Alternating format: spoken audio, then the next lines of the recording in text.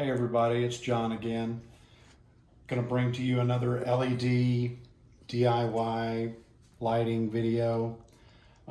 Today I wanted to go over the mounting options for LED strips, how to join LED strips, because LED strips generally come in 5-meter lengths. Some of them are a little bit longer, but these strips that we use are 5-volt LED. These are going channels on the house that you've seen the pictures of already, and they're 5 volts is how they're powered, and they generally come in a strip form like this. So you can see these from time to time. They're a little strip. They have a weatherproof coating on them. You can kind of see how thick they are. This top portion is just all clear, right? So say I have two 5-meter lengths, but I need 10 meters. No shirt. Thank you. Because drunk girls do love me. So say I have two 5-meter strips of LEDs and I need 10 meters, right? So instead of running two separate power supplies and two separate inputs to these LEDs, I can join them into one string and make a 10-meter LED string from two 5-meter LED strings. Now I realize that these are not 5-meter LED strings, but it still holds true. Right. So what we're going to do is I'm going to show you how to join these things. First off, they have a plastic coating on them, like I said. And you'll notice on these strings, generally they have a direction. And it appears that this one does not. Oh, well, I guess that's the direction right there, yeah. Okay, so this is the start of the LED string. And I cut this off of here. So this was one LED string already, and I just cut it apart. So we're going to say this is the direction, right? I separated them, but I need to join them back together. So what you do is you take a razor knife, and you want to slit this plastic cover and pull it off there, because you can't solder through it. You're going to do soldering on these just like you would solder two wires together. So you pull that coating off of there, and now you see the buildup of the coating, right? That makes that weatherproof coating, right? So you got to get that off of there. Do that on this other one as well. So you just cut back behind the little copper terminals, because the copper terminals are where you need to solder. And it generally comes off pretty easy. You can slit it in the back there, and then just start kind of picking it up, and it'll come right off of there. There again, we're right off of there. You see that? Mm-hmm. Okay. Now, we're going to get back to our old trusty soldering iron. I have multiple ways I do this. Most of the time I use a board like this, and I use these little clamps. And I'll take my LED string, and I'll clamp it down so it doesn't move, so I get a nice flat surface here to work with. And I'll take my soldering iron, and we'll get some solder. And what I want to do, just like our other video, I want to put a little solder on there. I want to get some heat on it. And then I want to use this solder to tin that pad. See how that went? Put that tin right on that copper pad, because you can't join copper to copper, because I don't have a copper welder. But I can join solder to solder. There you go, see? Just tin those pads. And then we're going to turn this into one strand of LEDs again. And you see, when you put that heat on that pad, you can touch this solder, because it's such a low temperature melt. You can touch the solder directly to the pad, and it will melt on the pad without even touching the iron. That's how conductive to thermal that copper is. It conducts that thermal energy. So we got that one tinned. Now we're going to do the same thing with this one, but I'm not going to hold it down because I only have one clamp with me right now. But I should be able to do this anyway. Let's see here. Yep, got that one. Same thing there. Got it tinned. And remember that this solder has flux in it, so it cleans that pad as we put it down. Now on this one, also has a little white on the end of the solder right there. I'm going to take my cable cutters, And I'm going to cut that off so that I have solder right up to the end, because that's what I want, is solder right to the end. And I want the same thing with this one. I want solder right to the end. And we don't want it to be too long, because then it'll be an abnormal space between your LEDs. You see how they're spaced? If you had all this extra, you'd have a longer space, and it'll make your LEDs look funky. So what we're going to do now is we're just going to lay these right next to each other. See how those line up? And then we'll take our little soldering iron again here. We'll get a little solder on that pad. There we go. All right. So we're going to get those little things lined up. And we're just going to do a little touch right here. All right. Now I can butt them right back up to each other. Get a little bit more solder here again. And then all you have to do is not burn your fingers and touch those together. Add a little bit more solder to the tip. Touch those together. You're just building a bridge across there.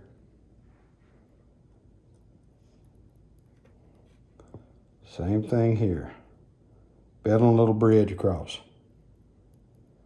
And now that we got those three stuck, this one will probably stay put. There you go. That right there is how you take two 5-meter strings of LEDs and make a 10-meter string. All there is to it. What I do on the top side here is I'll take a hot glue gun and I'll put hot glue to fill in this space between this weatherproofing and this weatherproofing that I removed. I'll just fill that cavity with hot glue and let it set up, trim it off the sides to make sure that it's basically the same size.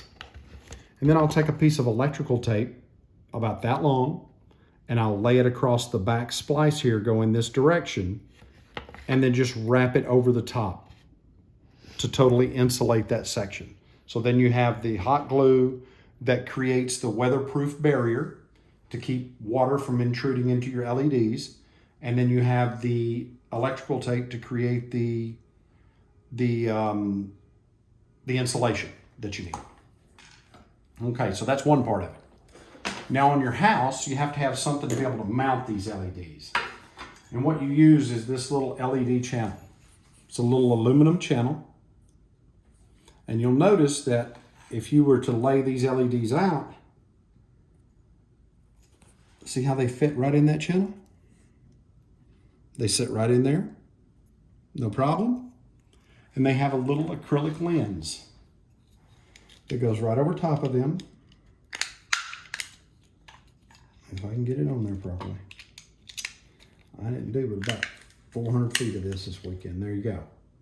And the little lens covers up the LEDs so you can't see them until they light.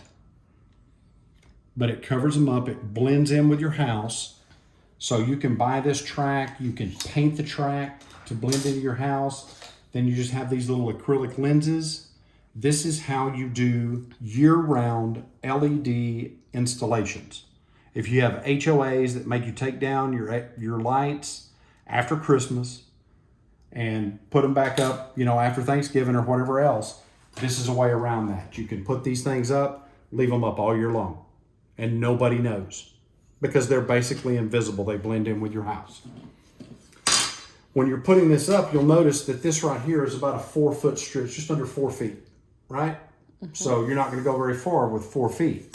So you need to join these. These things have little clips and little different brackets that you use. So you would use these two little brackets like this. They come with screws. They come with these brackets. And then they come with what's called a splice bracket. So what you do with these is you line these things up based on how you want the installation to go. I lined mine up with the bottom of my fascia boards on my house. But you just take this thing and you set the screw down in it. And you shoot the screw in it. And there's your bracket. Same thing over here, right? And this is how, let me put these things close together so that we can do this little short piece. And then I'll show you how to do the splice bracket. So we'll do the same thing with this one.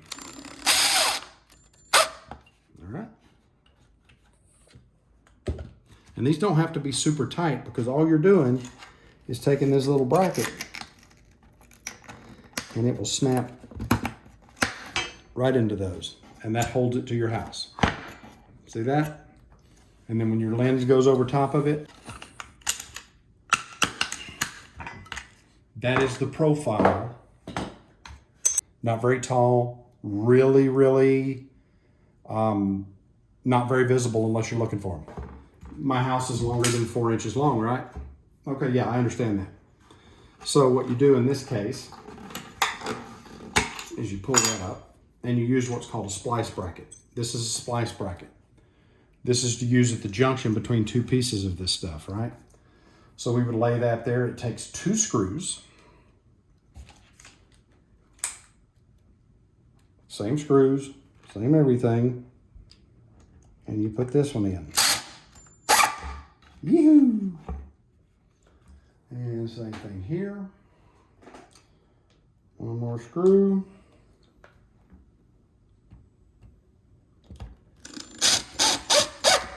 All right. And now you take this over here, and we're going to skip that first bracket, but we'll put that in there. All right, it snaps right in. And then you can take this new piece of track and you've made an extension, right? Mm-hmm. When you're doing this and you're installing the acrylic lens, I recommend that you cut your lenses opposite of what you cut your channels, because you don't want your lenses to be exactly what your channels are. You want your lenses to bridge the channel splice. And that adds a little stability to this. It adds a little bit of rigidity to it to reinforce that splice area. And that is that. That's how you do it. It's very easy. You may ask how you get power. You saw the video for our DIY controller boards. Those controller boards that I built for you on that other video have 4 outputs. They have 7 power outputs and 4 data outputs. The power, of course, supplies the power. The data tells the LED what to do. Now, depending on the distance between your first LED and your string and where the controller board's located, where the power source is, you would use a wire like this to join these. This is some wire I bought off Amazon. 500-foot roll of this was like $4. This has and the way I use these, I know that data is green on all the other strands, all the other connectors and all that kind of stuff that you get. Red would be power, so blue has to be the ground on that. You hook these up, and I think hand me that controller board right there. Yeah. There we go. All right, so this, as we explained before when we did this setup, these are your power inputs. This side outputs the power to your lights. So you're going to do red over here because that's power out. Blue right there because that's your ground. And then the green, this goes into your data because these 4 pins are your data pins. All right? So you see all that? Mm-hmm. So you supply power in. This is where the information goes out to your lights. This comes out and goes out to your light strand. Here's the end of your light strand where it's at your first takeoff point. And this would have just bare wires on it instead of this plug most of the time. A lot of them come with plugs. I don't normally use the plugs on these strands. I pull all of this off and I just solder my wires directly to the LED strip by laying them right here. It has a dedicated white channel. Most of them do not. Most of them have just a red, blue, green, and then they use a combination of the colors to make a white. It's not a pure, true white. It's kind of a bluish white. But that's the color accuracy when you're doing a light show for Halloween or Christmas or whatever it may be is not, I mean, nobody's going to pull over and say your light show sucks because your white's not white. It's bluish. So, and if they do, tell them to get off your yard. So that's really how that works. It's really pretty easy once you get to this part. I just wanted to kind of go over this with y'all show you what the track is, the splice brackets, how you put it all together. Like you say, you've got so many feet of house and you need so many feet of LED strands. How do you make that when they come in 5-meter sections? That's how you do that. So I hope y'all enjoyed that. This is a really neat section. I really enjoyed what we've got on our house. It really looks nice when it's lit up, and I look forward to continuing this and showing you guys what we've done here so far and what we end up doing with our Megatree installation and all that kind of stuff, which will use a completely different kind of LED light and a completely different voltage. It'll be using 12 volts instead of 5 volts. And when it gets dark, I have to turn on the lights. Sean can go out there and he can take a picture and a video, and I will put it on the end of this video. Yes. Keep subscribing, smash those subscribe buttons, thumbs up. If you still want to see content like this, we've got a lot more to put out. I've even got some more stuff I've been thinking about doing as well. We're going to do the controller system to show you how to design a lighting show that you run on a computer, and you hit the go button and it does the lights. It tells the lights what you want them to do, and then they do it. So we'll be getting into that as well with all of our lighting props. So, and we'll see you on the next one. Peace.